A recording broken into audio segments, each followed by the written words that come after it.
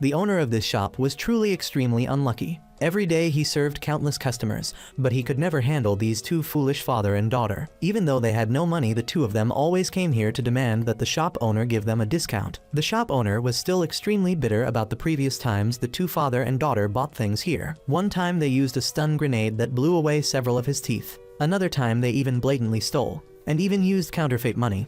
But this time he had prepared carefully, with cameras and a steel-like mentality to counter them. However, this time the two father and daughter actually paid properly, which made the shop owner very surprised. After they finished paying, the two of them left. This sincerity made the shop owner a bit surprised and even somewhat guilty. However, the shop's signboard suddenly fell onto the daughter's head, causing everyone to be shocked. Blood splattered everywhere, making the father cry beside his child. The shop owner was no less shocked. In his panic, not knowing what to do, the father screamed for him to give them a discount. Having no other option, the shop owner gave the father a 90% discount voucher. However, when the father carried his daughter away, the owner finally realized he had been tricked. Too bitter because he kept losing money because of this father and daughter, the owner shouted that he would quit selling and go to Magmul. That place would help him become a billionaire, saying that he laughed loudly in the crowded street. To know whether Magmul was a casino or something else, we go back 35 years earlier. A new continent suddenly appeared. This continent contained countless new species of flora and fauna and extremely valuable mineral resources.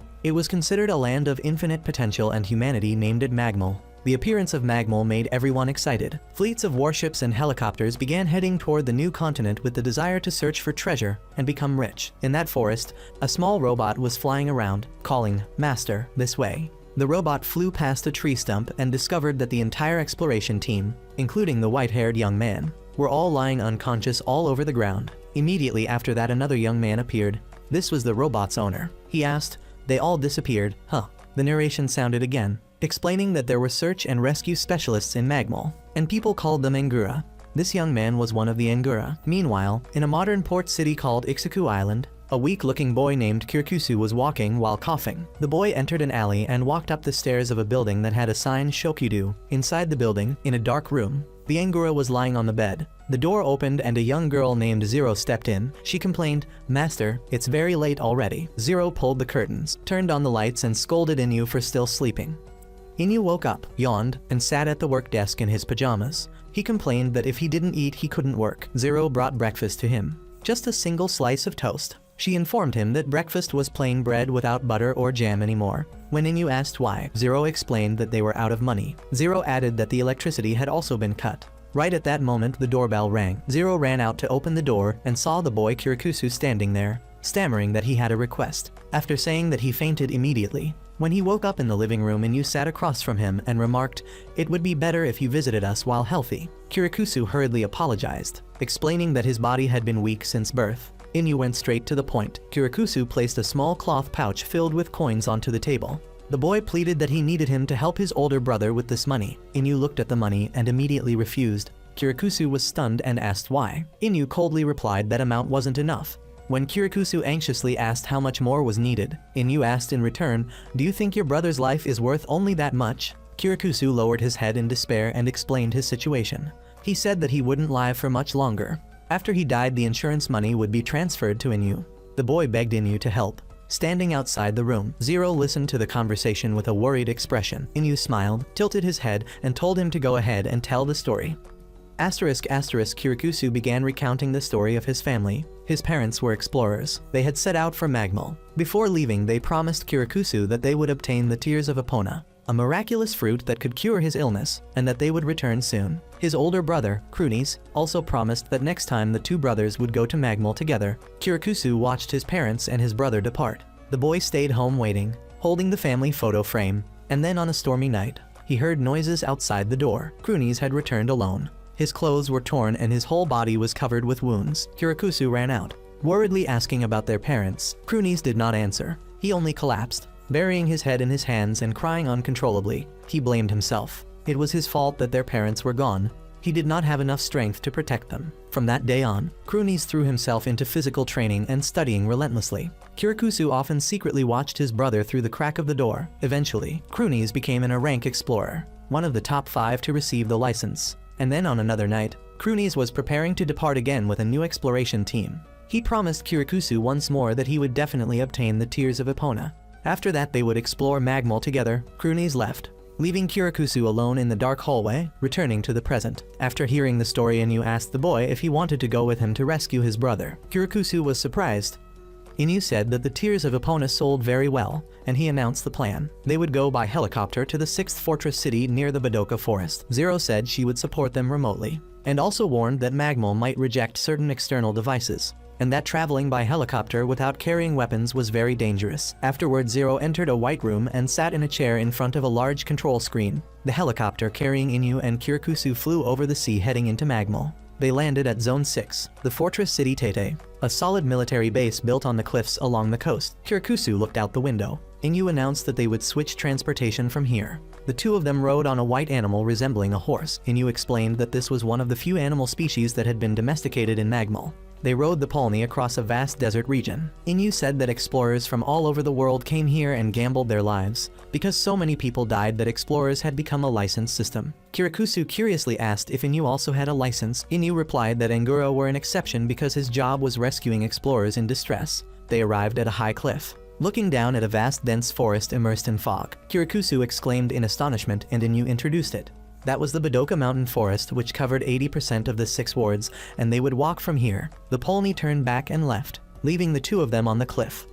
In the control room, Zero monitored their signal through the screen and murmured that it was time to enter the Badoka Forest. The scouting robot flew across the desert following Inu and Kirakusu as they began walking into the forest. As they went deeper into the forest, Kirakusu asked again about Epona. Inu confirmed that the Epona fruit could eliminate all diseases, make the body healthy, and increase physical strength tenfold. Kirakusu asked why Epona's fruit was called the Tears of Epona. Inu asked back if the boy knew. Kirakusu shook his head. Inu explained that Epona only bloomed on piles of corpses. Inu asked Kirakusu if he wanted to become an explorer after being cured. Kirakusu hesitated, then said he wanted to become a lector instead. Inu was very surprised. Kirakusu explained that lectors were people who had the ability to freely construct materials, though some people said such an ability did not exist, but he completely believed. Suddenly Kirakusu became tired and tripped. Inu asked if he wanted to rest a bit, then used the earpiece to communicate with Zero.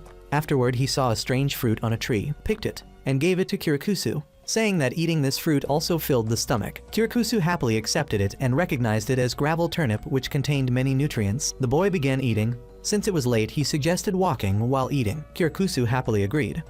In the control room, Zero looked at the screen and muttered to himself, "This gravel radish in another 5 minutes will become a deadly poison." They continued walking and Kirakusu suddenly cried out because there was someone. A bald man with a red ant-like creature clinging tightly to his head staggered toward them. He was crying and begging for help. Kirakusu urged Inu to save that man, but Inu coldly warned that if you want to die, then go ahead. Inu explained that the man was just bait. The monsters intentionally let the prey wander. When that prey approached another person, it would become a deadly trap. Right as Inu finished speaking, 3 gigantic monsters with centipede-like bodies and many pairs of legs crawled up from the ground, pounced on the man and tore him apart. Kirakusu covered his mouth in horror. The boy trembled and Inu calmly remarked that Magmal's fear wasn't just that. As they walked on, Kirakusu asked if he could save that man, to let him escape the pain. Inu answered that it would be a waste, and not even worth a penny. After walking a little farther, an electronic sound rang out. Inu took out a sensor device. Kirakusu asked what it was. Inu explained that this sensor was connected to the exploration badge. It reacted because his older brother was still alive. Kirakusu was overjoyed. The robot Zero flew high to scout.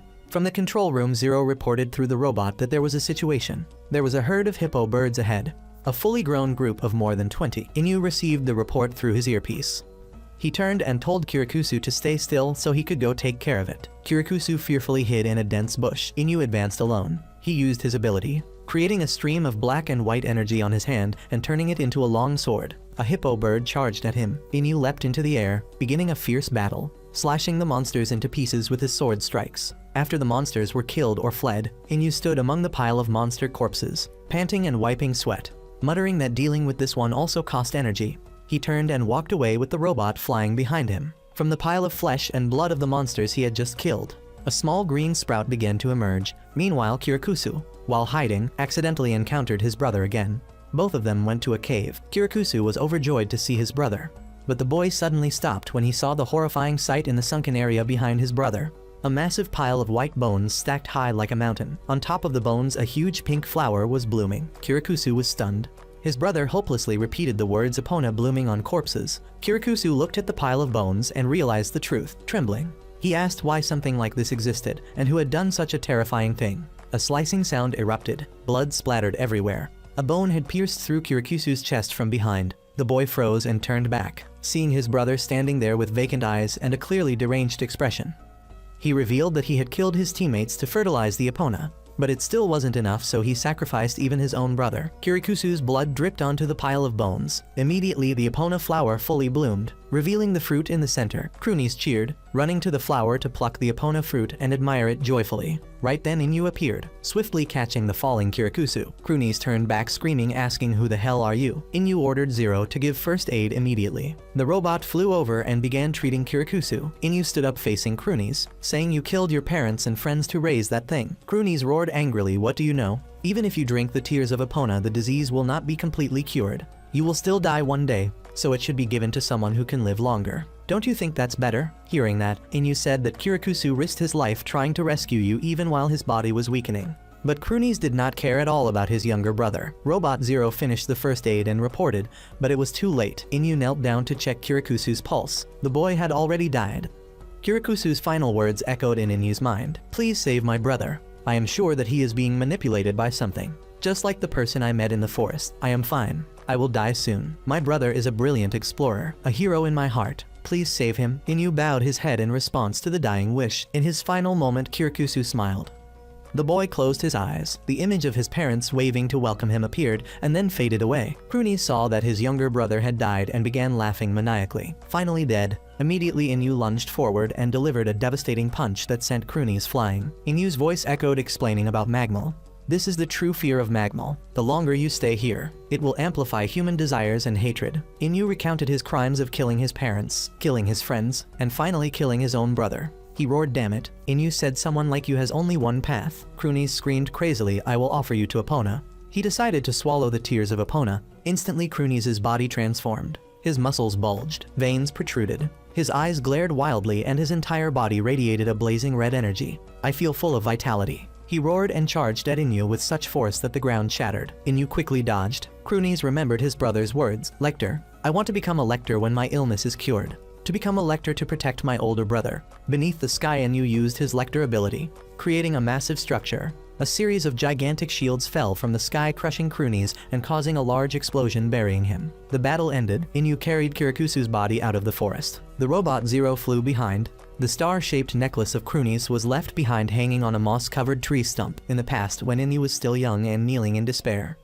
A tall figure appeared, saying that was not enough to despair and that it was the dark side of hope. The figure reached out his hand. The boy looked up and shyly reached his hand out to hold it. The flashback continued, showing Inu in a familiar Angura uniform standing before Zero, who was curled up in a dark corner. Zero looked up at him and asked, "Is this despair?" The scene then shifted to Inu's bedroom in the present, where he was fast asleep and Zero was sitting by the bed watching over him. Back in the port city on Ixuku Island, a woman named Emilia was holding a hand-drawn map. Searching the streets, she walked into an alley and found a building with a sign, Shokudu, Angler Service Office. Inside, Inu was sitting with his back to his desk, playing fortune-telling card games alone and complaining that his luck was really bad. At that moment, Zero announced that there was a guest. Emilia walked in and thought to herself, "Is Inu the legendary angler?" Inu greeted her, saying it was nice to meet her. Zero commented the customer has big breasts. Emilia was flustered but quickly stated her purpose, that she wanted to request Inu's assistance. In the living room, Emilia explained that her father's research facility, the director of the Biological Reaction Research Division at Polar Star,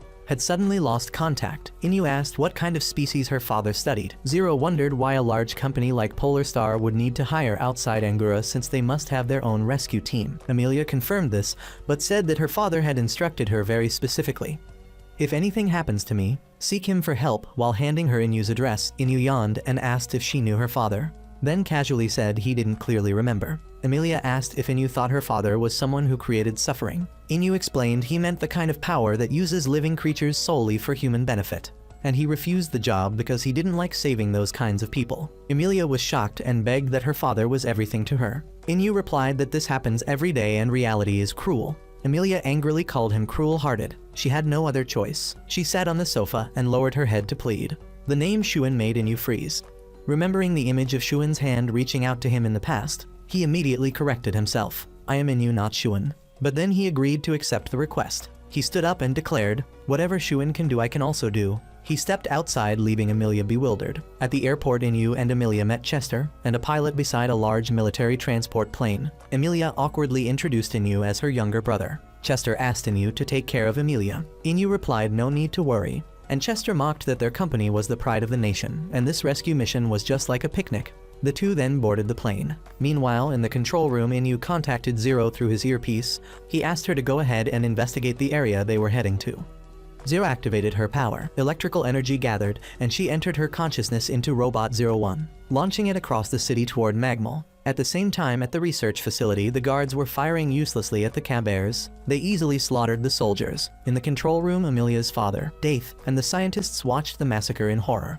At that moment, the transport plane carrying Inu, Emilia, and Polar Star's mercenary squad arrived. The facility's automated cannons opened fire, shooting down several bears. Afterwards, the mercenary squads were deployed to clear the monsters. On the plane, Chester received a report via radio. Squads A and C each had one casualty, but had managed to kill a bear. Chester seemed satisfied because the losses were not many. Inu suddenly received a warning from Zero through the earpiece. "It's here." Inu asked to see the video. The screen displayed a giant armored monster. Emilia and Chester were horrified, recognizing it as the ruler of Zone 7. Inu explained that the blood of the Cabers had summoned it.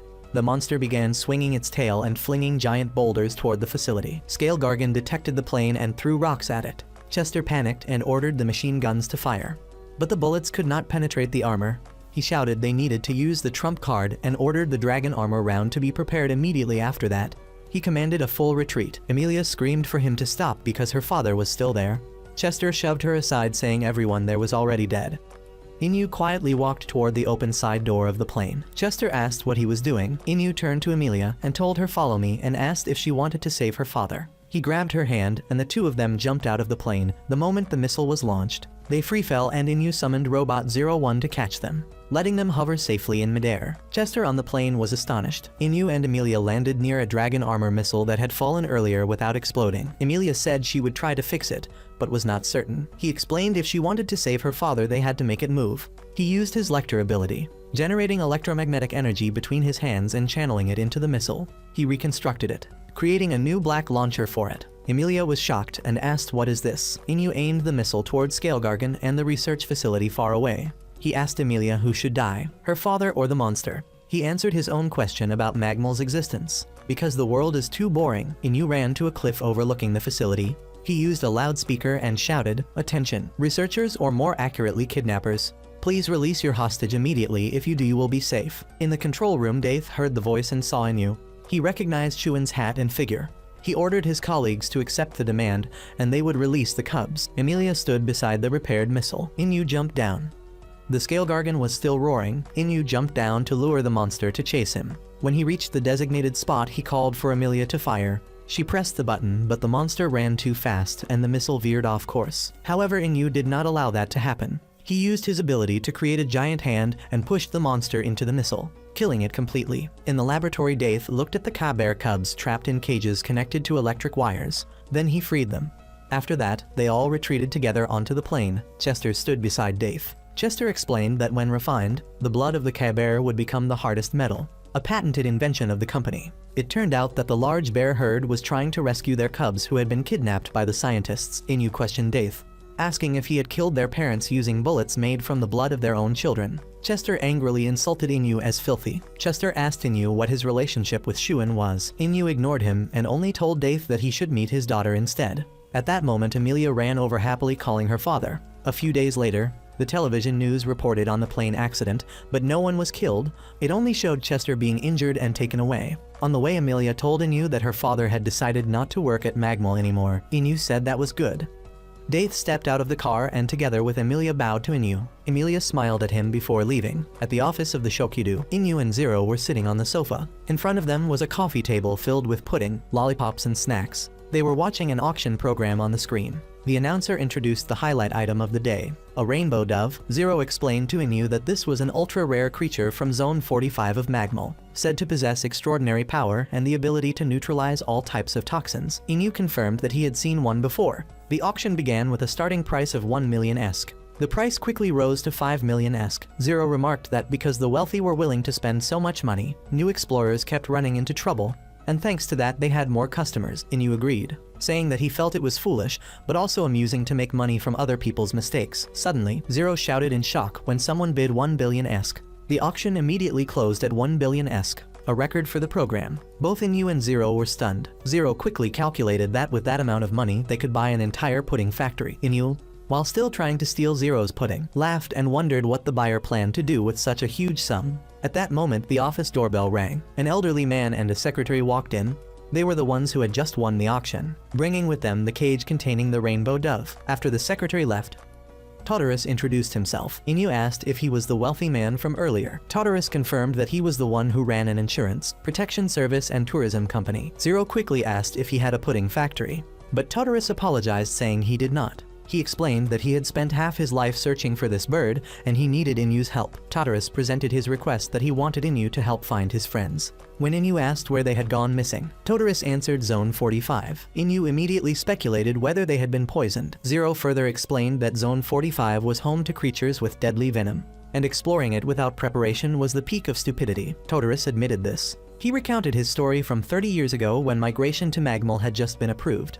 He and his friends were among the first migrants. A settlement with simple wooden houses in Magmal. Todorus in his youth named Dasim and his two friends, Stua and Stein, were playing. He said that because the world back then did not know about Magmal's dangers, the bond among migrants was extremely strong. They had to help one another to survive. The three boys were playing beetle fighting. Stua's beetle lost. Todorus suggested a new game. They would collect as many poisonous insects as possible from Zone 45 and find the strongest species by making them fight each other. Returning to the present, Zero curiously asked what Kodoku was. Inu explained that it was an ancient game where people placed many poisonous insects into a single container, so they would fight until only one survived, and that one was considered the one with the strongest venom. Zero said the game was too crude and cruel. Inu asked Todorus if his friends had been poisoned by those insects. Todorus confirmed it. He was the only one who survived, but because he was too terrified, he ran away and abandoned his friends. The migration plan failed, they returned, and he lost contact with the families of Stua and Stein. Todorus said he had tried to forget the past by burying himself in work. And then he grew old and earned a lot of money. That was why he bought the rainbow dove, because it had the ability to cure all poisons. Inu cut in, saying that it had been far too long. His friends were surely no longer alive. Todorus shouted for him not to speak carelessly, but then calmed down and apologized for losing his composure. He admitted that he only wanted to seek one last glimmer of hope at the very place he had abandoned them. Inu smiled and said, "It's been a long time, but I've come to save you. I didn't abandon you. Is that what you mean?" Todorus, embarrassed, nodded and vowed to pay whatever it took. Inu immediately changed his attitude, turned to Zero and said that finally someone was willing to pay the price he wanted. He set the rescue fee at 100,000 ESK, saying he did not lower his prices, but depending on his mood he might charge more or add extra conditions. Todorus agreed to everything. Inu accepted the quest, but required Todorus to change his outfit because a suit was not suitable for the job, and ordered Zero to prepare the gear. Inu and Todorus flew by helicopter to Zone 45 carrying the birdcage. They landed in a forest with strange multicolored vegetation. They began walking. Todorus quickly became exhausted and had to stop for water. He felt ashamed because his aging body moved slowly, but he also felt nostalgic. He expressed admiration for Inu for being able to do rescue work. Inu bluntly replied that if people didn't pay him he wouldn't save anyone, and that anyone could do this job. The only question was whether they wanted to or not. Inu also warned that he couldn't guarantee saving everyone. At that moment Zero's robot flew over and reported signs of a monster ahead. Inu signaled Todorus to stop. He pointed at the beautiful flowers growing along the cliffside and said that although they looked harmless, they were extremely dangerous. Immediately the flowers extended and attacked them. Inu quickly used his Lecter ability, creating two heavy machine guns out of thin air and blasting them apart. A giant moth-like monster emerged from the smoke. Inu explained that it specialized in killing poisonous creatures and absorbing their nutrients. The moth lunged forward and shot threads that wrapped Inu tightly. Inu again used Lecter, creating two giant black hands to grab the moth and crush it. Inu handed Todorus a poisonous flower from the monster's remains, telling him it was food for the rainbow dove. They continued onward and Todorus noticed a familiar X carved into a tree trunk, long ago, showing that Stua had carved it so they wouldn't get lost. Suddenly Todorus ran off somewhere. Inu and Zero's robot chased after him and found him standing in front of a cave. Together they proceeded into a dark cavern. Todorus recognized it as the place where the tragedy 30 years earlier had happened. Zero's robot flew into the cave to scout. Todorus remembered the moment the three boys eagerly opened the Kodoku jar. Inside the creatures had fused and the venom had mutated his friends. He only heard their screams from within the darkness. Returning to the present, Tartarus found fragments of the jar, knelt down and smashed them in anger, shouting to get his friends back. At that moment, Zero's robot returned and reported. Then Inu told Tartarus that he had good news. His friends were still alive. Tartarus was stunned. From within the darkness, two giant monsters slowly emerged, one resembling a scorpion and one resembling a bat, terrifying Tartarus as he stumbled back. Inu confirmed it, saying yes, these were his friends. Tartarus desperately called out their names. The two monsters roared and began attacking each other. Tartarus rushed between them, calling out to Stua. The bat-like monster also recognized Tartarus and said his name. Tartarus tearfully apologized for making them wait so long and asked whether they had been in pain and fear. The two monsters seemed to understand his words. Tartarus was overwhelmed with joy, thinking they were still alive. He turned to Inu and said he would use the rainbow dove to cure them. But Inu stopped him and revealed the truth. Yes, they would have to drink its blood. However, they would die. Inu explained that the poison from 30 years ago had merged with their bodies, becoming the only source of energy keeping them alive, and that if they were detoxified, they would die. They were no longer human. Tartarus looked at his two monstrous friends in despair. They turned their backs and guided him toward the X carved on the tree. Inu remarked that letting them die might be the gentler option. After some hesitation, Tartarus made his decision. He did not want to take any more lives. He opened the cage, releasing the rainbow dove to fly toward the sunset, accepting his friends' new forms, acknowledging that he himself had changed a great deal. He and Inu watched as the two monsters waved farewell before disappearing into the deep cave. Finally, back at the Angler office, Inu and Zero watched the news as Tartarus held a press conference, announcing that he would use all his assets to protect the Magmal environment and support the families of victims. A reporter asked why he was building a pudding factory. Inu, eating a cup of pudding, smiled. It was just an additional condition. Later, at an outdoor market, Inu and Zero were strolling and stopped in front of a skewer snack stand. Zero pointed at the food, saying it looked delicious and she wanted to eat it. Inu remarked that perhaps they should offer half the price, but realistically, 30 ESK was fair. Zero called Inu stingy and went to the stall, where the vendor said it cost 40 ESK. Zero handed over the money and said it was exact. But the vendor stopped her, saying it wasn't enough, only 30 ESK. When Zero asked if it was unacceptable, the vendor explained he had to run a business. Zero suggested that he could ask the next customer to pay an extra 10 ESK to balance it. The vendor laughed and agreed, giving her the snack for 30 ESK and saying, just this once. Zero thanked him. When she returned, it was Inu's turn. The vendor said 50 ESK, leaving him slightly embarrassed and disappointed.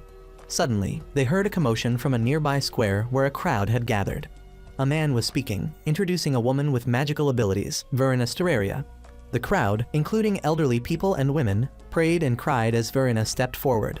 The man announced she was the first woman to conquer Magmal 8 times alone, returning safely each time, and that today she had an important announcement. Verena began her speech, stating that the world was full of conflicts and many orphan children needed help, and she had decided to visit Magmal once more. Inu and Zero watched. Zero realized this would be her 9th challenge of Magmal and asked Inu if this famous magic user was indeed who she seemed to be. The crowd enthusiastically shouted Verena's name. Inu stared intently, his eyes serious, whispering that she was not really a magic user, she was Bloody Maria. Later, in Zero's office, she sat before a computer in a dark room, muttering Verena's name while finding an online article showing a photo of Verena Steraria. The article described her efforts to rebuild a struggling orphanage, traveling alone to Magmal, overcoming dangers, bringing back valuable items, and donating everything to the orphanage. It praised her as fearless in the face of danger, dedicated to helping children, leaving a strong impression on many.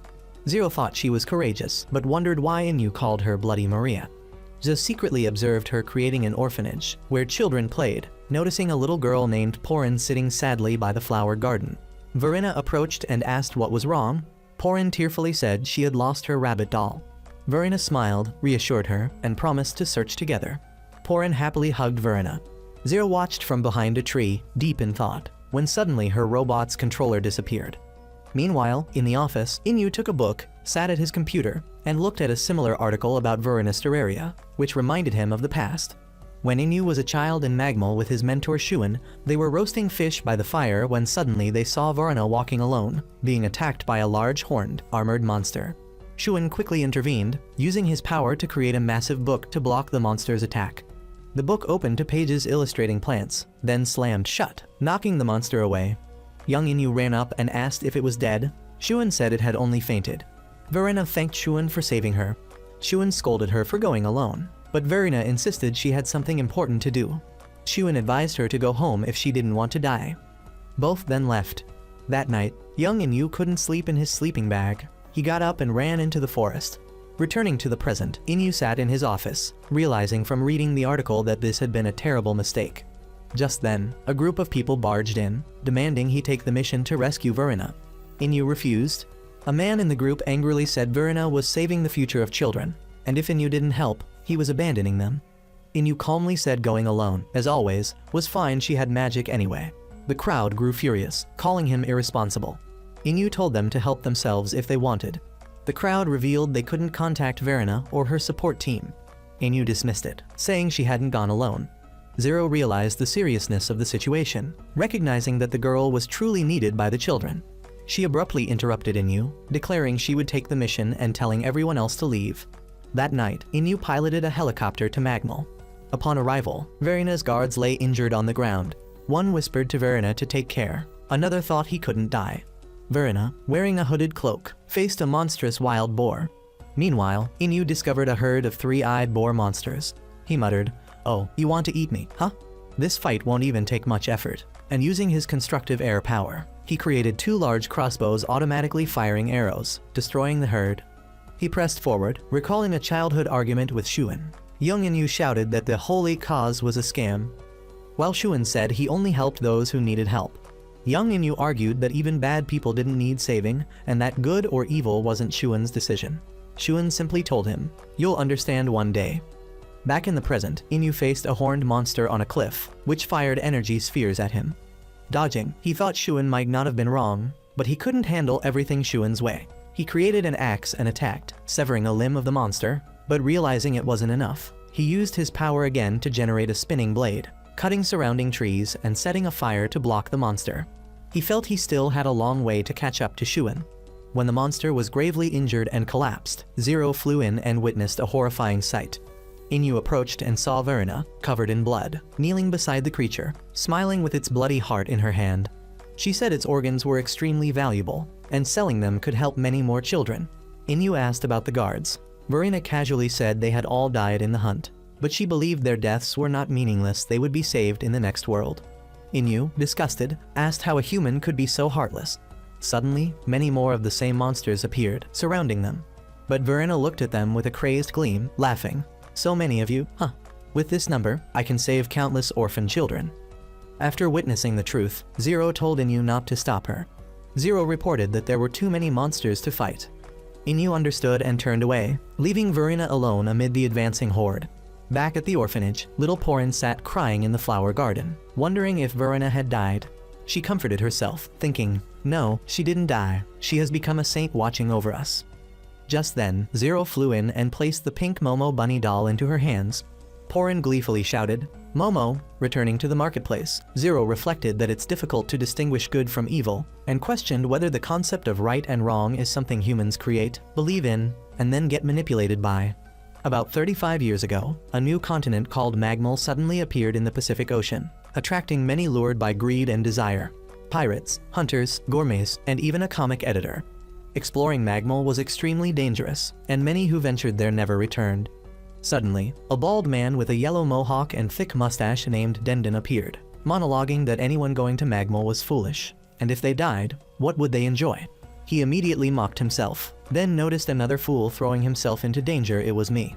Dendon was stuck in the desolate desert of Magmal, complaining about the heat, when he suddenly sensed a massive presence approaching.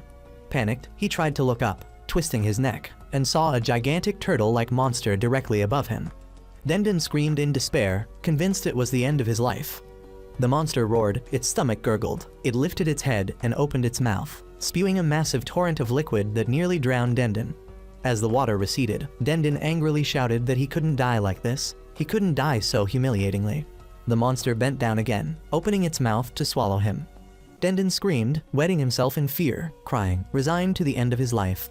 Returning to the port city, Inyu and Zero walked through the streets to a grocery store. Inside, Dendon stood behind the counter, checking a tablet, muttering about Magmal explorers who had changed their lives and wondering if he could earn as much. Inyu cheerfully greeted him. "Hello, Uncle Dendon." Startled, Dendon listened as Inyu introduced Zero as his daughter, leaving him shocked. Zero quickly warned Denden not to look at her with perverted eyes. Denden complained that his heart races every time Inu comes by. Inu remarked that Denden's store was always well stocked. Zero pointed to a large box of rare tuna, saying it was very expensive, and Inu told her she could take it if she wanted. Zero asked if it was a spending day, and Inu laughed, saying they only spend money 3 times in 5 years, but since Denden was his father's close friend, of course they'd get a discount. Denden angrily brushed it off, asking, "Friend? Who's your friend?" He felt his heart skip every time meeting these two. On one occasion, Inu picked up a stun grenade and asked its price. Denden said 4,100 ESK. Inu immediately bargained. 1,000 ESK then, prompting Denden to yell. Inu continued, lowering the price to 800 ESK while tossing coins onto the counter. Denden angrily demanded he stop joking, but Inu pointed out that the grenade had expired. Denden asked how it could explode if expired, then Inu picked up a live grenade, pressed a button, and Denden panicked completely. He complained that he had since visited the dentist countless times and lost many customers. Moreover, Inu paid with handwritten counterfeit money. In the present, Denden had prepared meticulously, reinforced shelves, checked the expiration of dangerous items, cleaned the floor, and installed a high-speed infrared security camera system. Confident from 40 years of street experience, he thought he couldn't be tricked. Yet Inu said all tricks were useless, producing a credit card to pay, adding, "Don't mistake today for my spending day, so no need for discounts." This sudden change left Denden flustered, as he was used to always giving Inu a discount. When Inu and Zero left, Denden wondered if he was overthinking things, but suddenly he noticed the store sign wobbling. Inu's robot Lacus had loosened it. The sign fell, striking Zero on the head. Denden shouted as she fell to the ground, fake blood flowing. Bystanders gathered, and Inu panicked, screaming, "My daughter," Zero weakly whispered. "Papa, be happy no matter what," and Inu, frantic, shouted for her not to die and tried to call for an ambulance. He turned to Denden, kneeling beside Zero, yelling, "Hurry, give us a discount." As the sun set, Denden granted Inu a 90% discount. Father and daughter departed, Inu carrying Zero, who was now conscious. Zero whispered, "What a spectacular trick, Mom and Dad," while Denden, alone under the stage lights, admitted defeat, completely outclassed by that reckless brat, deciding to abandon business altogether. He resolved to go to Magmul to change his life, thinking it better to risk dying there than selling to Inu. Determined to become a billionaire, the next day Denden closed his store and appeared on a red 3-wheeled tuk-tuk, feeling exhilarated and wondering if he could reach Magmul with it. Suddenly, Inu and Zero appeared in the back seat. Inu asked why the store was closed and said, "Since it's closed, I might as well ask you to take us home." Reluctantly, Denden drove across a wind turbine field. Zero admired the scenery while Denden grumbled that he wasn't a driver. Zero teased the slow vehicle and Denden's large belly, provoking him to declare himself Denden the Lightning and show them, revving and popping a wheelie before speeding off, leaving Inu and Zero behind. He drove recklessly, but at a red light intersection, he realized he couldn't stop. A large truck barreled toward him. Panicked, Denden swerved just in time to avoid disaster. Breathing a sigh of relief, he immediately noticed he had driven off a cliff. Shouting, "Just kidding," he fell into the sea, surfaced calling for help, and a lifebuoy was thrown to him. On the cliff, Inu and Zero watched as Denden, washed ashore, realized he couldn't ride a vehicle to Magmul. Seeing the sea, he declared that it was calling him. Refusing to give up, he donned a sailor outfit, stood on a small ship, and proclaimed he had spent 30 years of savings to buy it and would cross the ocean to Magmul. Inu and Zero appeared behind him again. Zero snacked from a crate while Inu held 2 guns. They commented on Denden's abundant food and weapons. Furious, Denden scolded them for touching his supplies. Zero joked that the equipment looked like that of a fugitive, and Inu said Denden himself was the criminal, promising to prove his innocence. Using his power, Inu created a grenade. Denden asked if it was magic.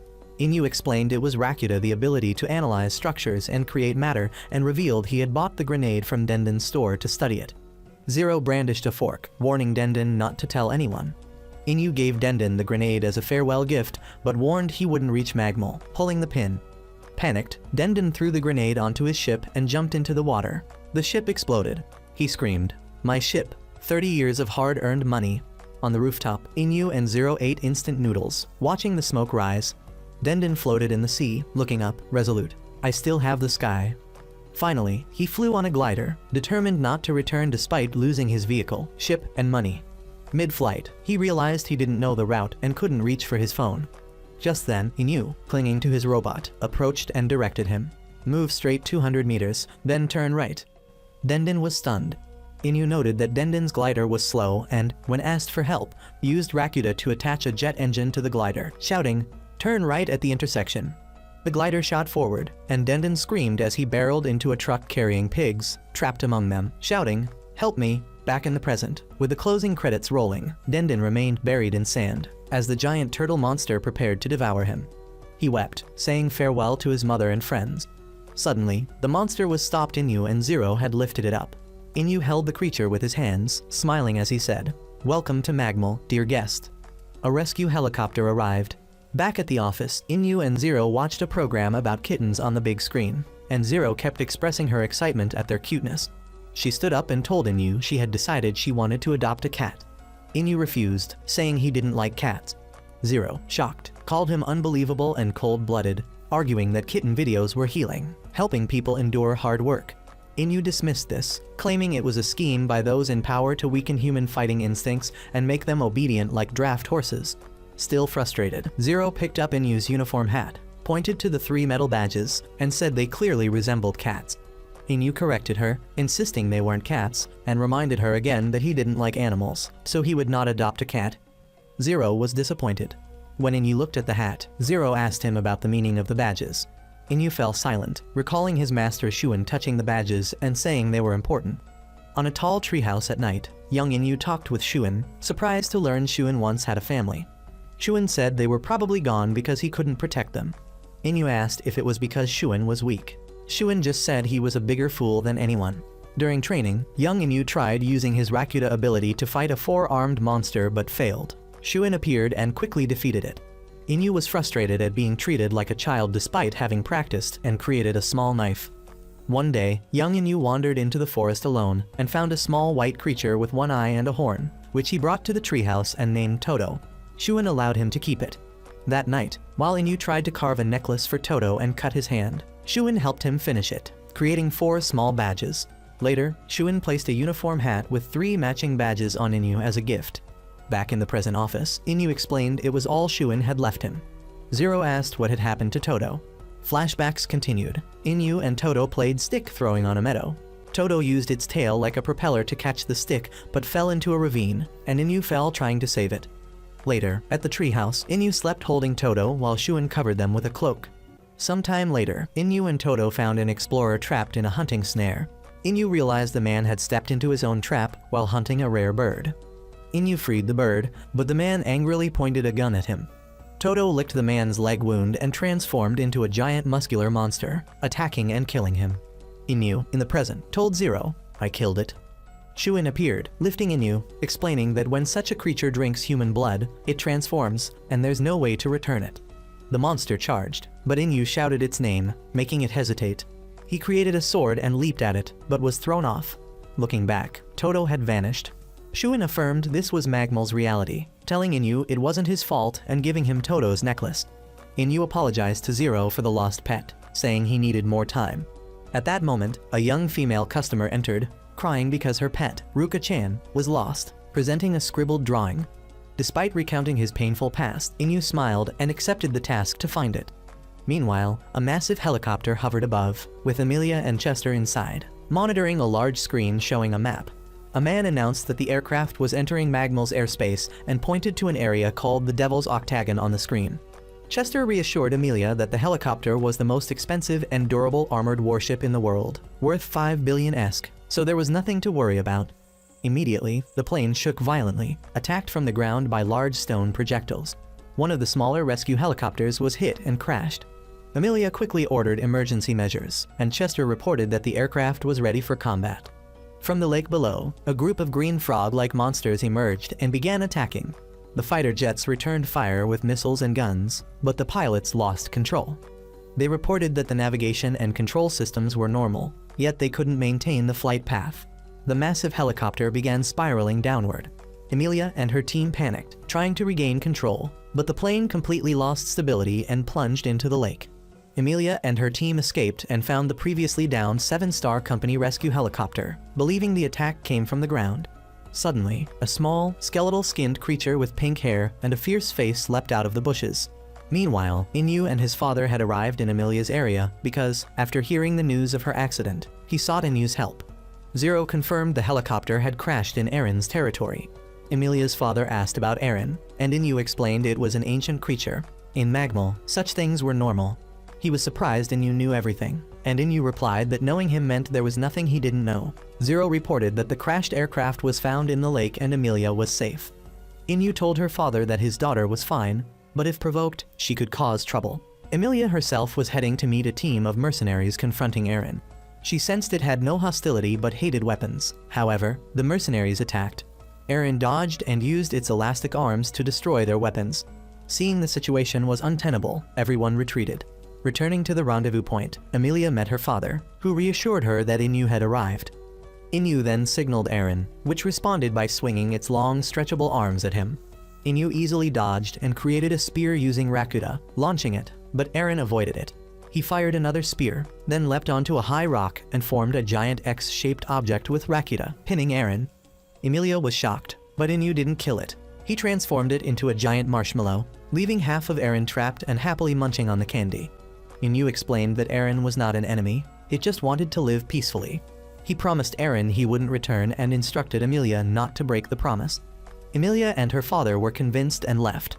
Not long after, young Inyu and the support robot Zero were searching for food in the forest. Zero scolded him for laziness and overspending, saying they were nearly out of resources and insisted he gather enough food for the entire week. Continuing deeper into the forest, Inyu and Zero discovered an abandoned, ruined town. Noticing a shop from scattered bullet casings, Inyu immediately came under the control of an elderly man with a rifle. Inside a wooden house, Inyu was tied to a chair while the man reloaded. Inyu explained he was just searching for food due to starvation and meant no harm. He noticed a photo of the man in his youth beside a woman. The elderly man decided to untie him coldly and drove him away. Inyu hurriedly left. Back in the forest, Zero complained about the man's strange behavior, while the old man sat alone, sadly gazing at the photo of a woman named Aina. A brief flashback revealed his happy past. The wooden house had once been a lively cafe, and his daughter Aina joyfully harvested coffee beans. Continuing the search, Inyu encountered a purple monster, which Zero confirmed was a rare 5-star delicacy. Inyu attempted to catch it, but it burrowed underground and escaped. Inyu and Zero flew into the air in pursuit. Cornering the creature, it burrowed again, inadvertently awakening an even larger, colossal monster. From underground emerged a rare creature that appeared only once every 10 years. When the giant monster departed, Inyu tracked it to a small graveyard, discovering a tomb engraved with the name Aina and a bouquet of white lilies.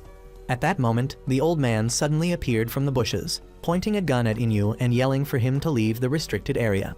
He fired a warning shot just above Inyu's head, who realized it was intentionally missed and retreated. As Inyu left, a red moon appeared, and the giant monster returned.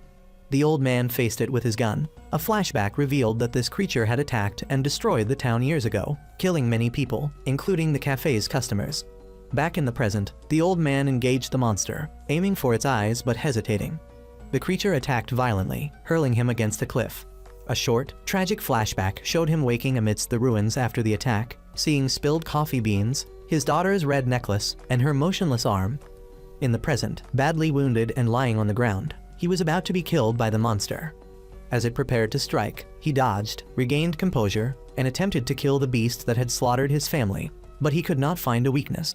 At that moment, Inyu assisted remotely, using his power to pull the monster's jaw open, allowing the old man to finish it off with a headshot. The next day, the old man stood at the town gate. Inyu appeared from the bushes, joking about trying to steal some coffee beans, and returned the red necklace he had picked up. Seeing his daughter's image through the necklace, the old man invited Inyu to stay for a cup of coffee.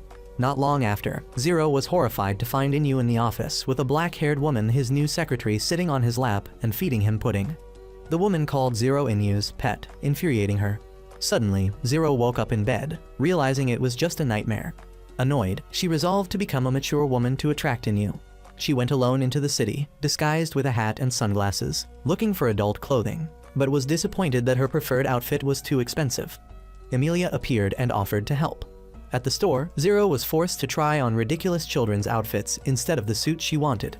Then Tartarus appeared and invited them to a fancy restaurant as thanks, where Zero indulged in many puddings. Learning of her wish, Tartarus offered to help her transform. They went to a hair salon, trying several strange hairstyles before deciding to dye Zero's hair black. Even though Tartarus and Emilia complimented it, they felt something was missing. The group went to Denden's store to find a height-enhancing potion. Denden initially refused, but when threatened with a grenade by Zero, revealed a legend of a magical fruit in Magmal recorded in a book. Emilia eagerly decided to find it. Todoris arranged for a helicopter to appear from under a swimming pool to transport them to Magmal. Upon reaching the desolate land, Todoris had a lavish lunch prepared. At that moment, a small winged creature appeared. Denden, wanting to regain dignity after past hunting failures, tried to shoot it, but Zero stopped him and fed the creature. They continued their journey across a meadow and a precarious wooden bridge, where Denden nearly fell. Eventually, they found the legendary tall tree. Zero climbed onto Emilia's shoulders to pick the fruit. Denden tasted it. Initially, nothing happened, but then he grew absurdly tall, before returning to normal. At a swamp, he ate the flowers to normalize his height, but his head stretched, and after eating green mushrooms, his body inflated like a balloon. Once Denden returned to normal, exhausted, a giant worm monster attacked. The flying robot came to assist, but the worm sprayed seeds, growing massive beanstalks that trapped the group. Just as they were about to be eaten, Inu suddenly appeared atop a tree, leaping down to engage the monster, while Emilia devised a plan using the remaining flour.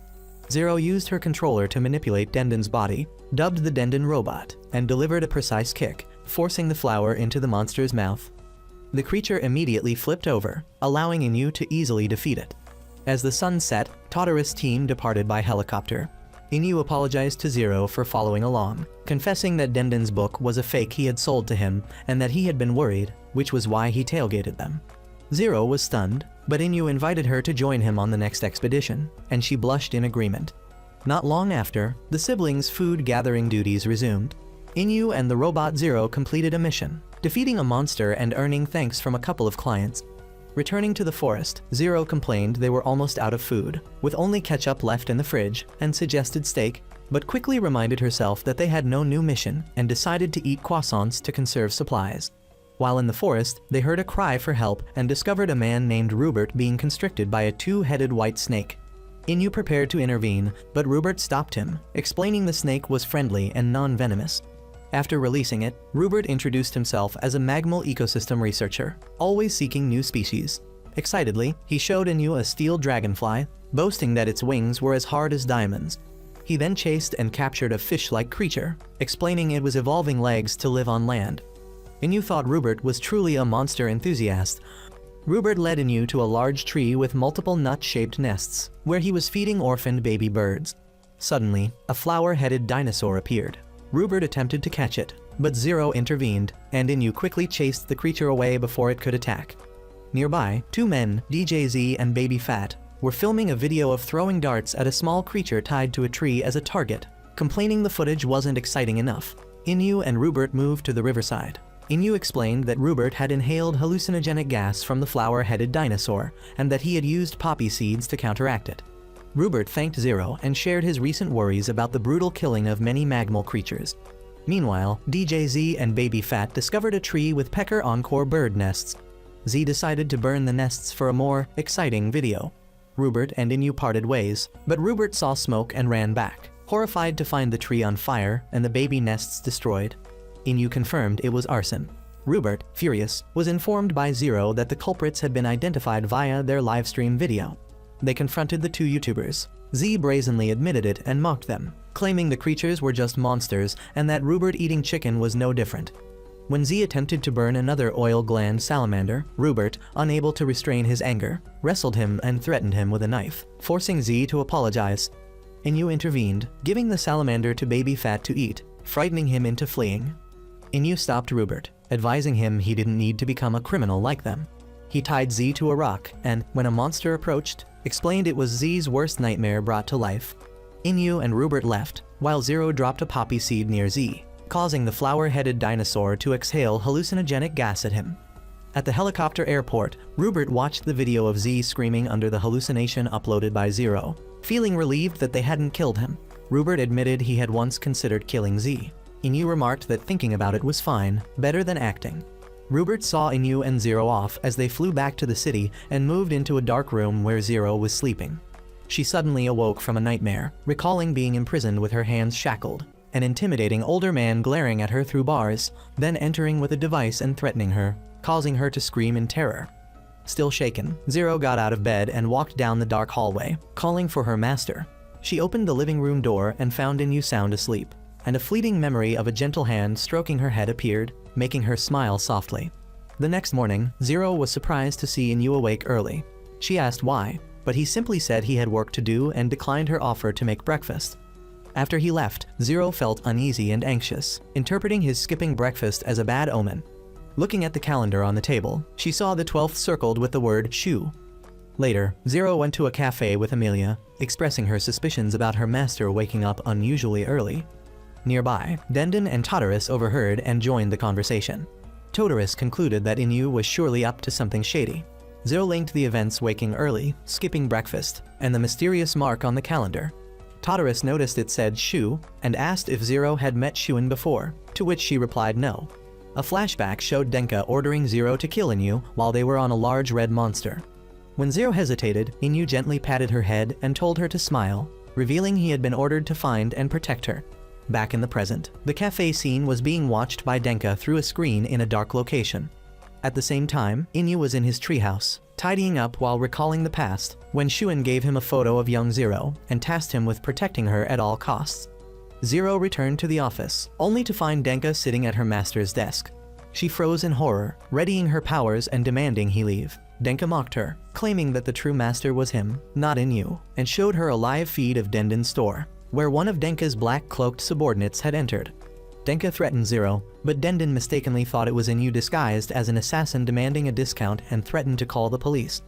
Zero screamed for him to stop, but Denka detonated a bomb, destroying the store. Zero was horrified. Denka continued to show her Todorus and Amelia being monitored and threatened. He asked her whose master she truly served, Angler Inu or him. Cornered and fearing for her friends, Zero gritted her teeth and was forced to admit it was him. Meanwhile, Inu returned by helicopter, entered the office, and saw Denka on the screen. Denka greeted him, saying it had been 4 years. A flashback showed young Inu using his power gloves to punch Denka in order to protect Zero. Back in the present, Denka declared it revenge and showed Inu footage of Zero captured, blindfolded, and wearing a collar. Inu shouted, and Denka set a meeting at a familiar location. Suddenly, someone appeared behind Inu. The office exploded, and the video ended with Denka laughing, leading Zero away in captivity. Long ago, young Inu stood on a pier at night, holding a photo of Zero, watching Denka's island facility. A brief flashback showed Denka ordering young Zero to kill Inu. She refused, used her power gloves to strike Denka, and destroyed the facility. Back in the present, Denka touched the scar on his face, recalling that punch. In his new facility, Denka looked down at Zero, shackled and imprisoned in a large room. She sat alone, desperate, worried for Inu, recalling the office explosion. A vent in the wall opened, allowing her to see another prisoner, a red-haired boy named Rokubo in the adjacent cell. Rokubo recounted his memories. He and other children had escaped the old facility before it was destroyed, struggling to survive, hungry, in an alley, only for Denka to find him. Denka then entered Rokubo's cell and ordered his men to torture him with electricity. Zero watched in horror through the vent as Rokubo explained that Denka saw them as tools and had stripped him of his powers. Denka observed the city burning through a window and noticed Inu's helicopter approaching. Injured from the explosion, Inu landed on the rooftop of his destroyed office building and, after checking the aircraft, flew over the city. As night fell, Inu stood on the dock gazing at Denka's island, then took a boat and rowed to the facility. Meanwhile, Denka prepared for his final experiment. Rokubo and the other imprisoned children were tied to chairs as Denka released red mechanical bugs that crawled on them, drilling into their heads, causing Rokubo to scream in agony, all witnessed by Zero. When Inu arrived by boat, Denka appeared on a screen, calling this place Inu's grave. Inu entered the dark, ruined hallways of the facility, while a long flashback played, showing happy moments of him and Zero from the hospital, shopping, eating, to everyday life. Zero, in her cell, remembered these moments and cried. Inu reached a large room where Denka, on a screen, greeted him and revealed that the cloaked figures were children controlled after their powers were stolen. Inu demanded Zero's release. Denka ordered the figures to attack. Inu used his Rakuta to dodge and counter, destroying one attacker. Denka trapped him by ordering the rest to surround him and attack with energy. Suddenly, an explosion from below caused Inu's Rakuta gloves to break the floor, defeating the remaining attackers. Injured, Inu leaned against a pillar as Denka entered. Both summoned weapons. Inu wielded an energy sword, Denka a regular blade. They fought, but Inu was quickly overwhelmed due to his injuries. Denka mocked him, revealing he also possessed Rakuta. At the moment Inu had been defeated on the island facility, Denka boasted that Inu wasn't a match because he had acquired Rakuta, having previously captured Rokubo, tortured him, absorbed his Rakuta, and killed him. Returning to the present, Denka revealed he had collected 58 Rakuta, but Inu's was the strongest, making him the perfect experiment. He challenged Inu to a duel. Inu tried to distract Denka with an energy orb, but Denka revealed he had lied about discarding Zero's explosive collar. Pressing a button, he caused an explosion on the facility's rooftop, which Zero heard. Denka continued his assault, and taking advantage of his aggression, Inu threw a bomb out of the room, breaking the enclosure holding Zero. He called for her to stand up. Denka, furious, attacked Inu and threatened to kill Zero. But Inu remained calm, knowing Denka wouldn't dare because Inu was the true target of his revenge. Inu endured Denka's attacks while reminding Zero of their memories together. Remembering their first encounter and her master's promise to protect her, Zero regained her resolve, shattered the collar, and then used her robot to attack Denka. Seeing his plan succeed, Inu struck Denka down. Inu and Zero reunited, but their relief was short-lived. Denka revived, enraged, absorbing energy and transforming into a massive flesh monster. The creature attacked. Inu ordered Zero to get him onto the roof. She maneuvered her robot to lift him through a vent. The monster followed, exactly as Inu intended. Together, Inu and Zero formed two enormous hands with Rakuta, crushing Denka and his facility. They then rode away. Zero worried about everyone still in danger, but Inu reassured her he had handled everything long ago, except perhaps Daden, who was likely severely injured. The next morning at the dock, Inu asked Zero if she wanted to stay by his side until the mysteries of Magmol were fully uncovered. She agreed. Finally, the two sat together atop the office building, exhausted but safe, watching the sunrise. The anime ends here. Goodbye.